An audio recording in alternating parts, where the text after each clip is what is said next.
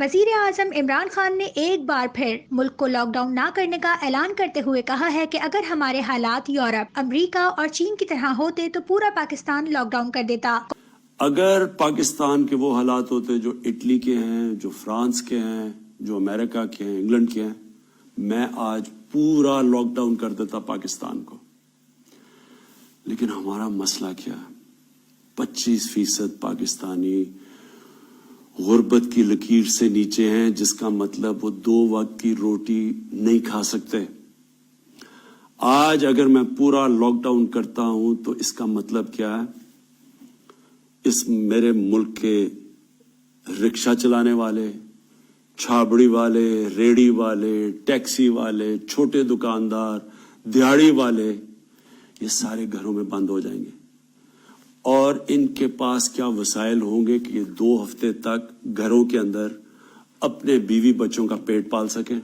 ہمارے پاس اتنی کیپیسٹی ہے کہ ہم ان ساروں کو گھروں میں کھانا پہنچا سکیں؟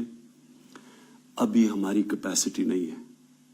یہ چائنا نے کیا تھا، لیکن چائنا دنیا کا دوسرا امیر ترین ملک ہے، اور انہوں نے جب کیا تھا تو ان کے پاس پورا ایک سسٹم تھا اور پیسہ تھا اور خوراک تھی، وہ کر سکے تھے۔ ہمارا اس وقت وہ صورتحال نہیں ہے۔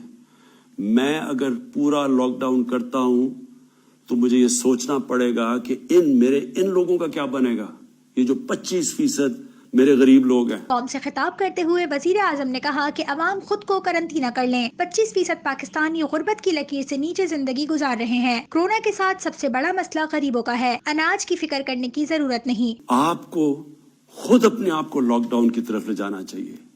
آپ کو خود سیلف کوارنٹین کرنا چاہیے۔ سیلف کوارنٹین کا کیا مطلب کہ اگر آپ کو کوئی فلو ہو رہا ہے یا زکام ہے یا کھانسی ہے، خود اپنے گھروں میں رہیں۔ اس کو سیلف کوارنٹین کہتے ہیں، بجائے ہسپتال جانے کے۔ کیونکہ 90% آپ کو اگر کرونا وائرس ہوتا ہے تو آپ کو کوئی ایک فلو کی طرح ہوگا، چند دنوں کے بعد آپ ٹھیک ہو جائیں گے۔ ہمارے بزرگ ہیں، ہمارے بوڑھے ہیں، جن کا ہماری ذمہ داری ہے دھیان رکھنا، ان کو جانا پڑے گا ہسپتال، جن کو سانس کی مشکلات ہو، تو ان کے لیے ہم نے ہسپتال میں جگہ رکھی ہوئی ہے۔ لیکن اگر یہ بیماری تیزی سے پھیلتی ہے، اور تیزی سے تب پھیلے گی اگر ہم احتیاط نہیں کریں گے، اگر میری عوام احتیاط نہیں کرے گی، اور اگر وہ شادیاں اپنے گھروں میں کرے گی، اور وہ کھانے لوگوں کے گھروں میں کریں گے، اور جا کے اس ٹائم پہ چھٹی بنائیں گے، سارے مل ملا کے کچھ لوگ جمع ہو جائیں گے، تو اگر یہ تیزی سے پھیلتی ہے، ہم بہت بڑا ظلم کریں گے اپنے بوڑھوں کے اور بزرگوں کے اوپر، کیونکہ ان کی جانوں کو خطرہ ہے اگر ان کو کرونا ہو جائے۔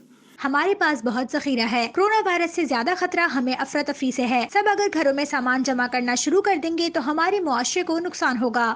میں آپ سے پوری امید لگا کے بیٹھا ہوں کہ آپ نے مجھے مایوس نہیں کرنا۔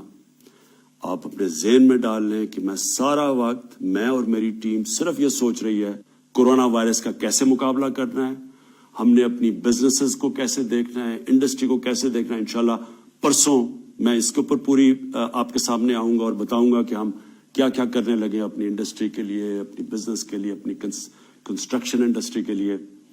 لیکن جو آپ کو خوف ہے کہ یہاں اناج کی کمی نہ ہو جائے، کوئی آپ کو فکر کرنے کی ضرورت نہیں ہے۔ ہمارے پاس کھانے پینے کی چیزیں اتنی ہیں کہ ہمیں کسی قسم کا لوگوں کو ذخیرہ اندوزی کرنے کی ضرورت نہیں ہے۔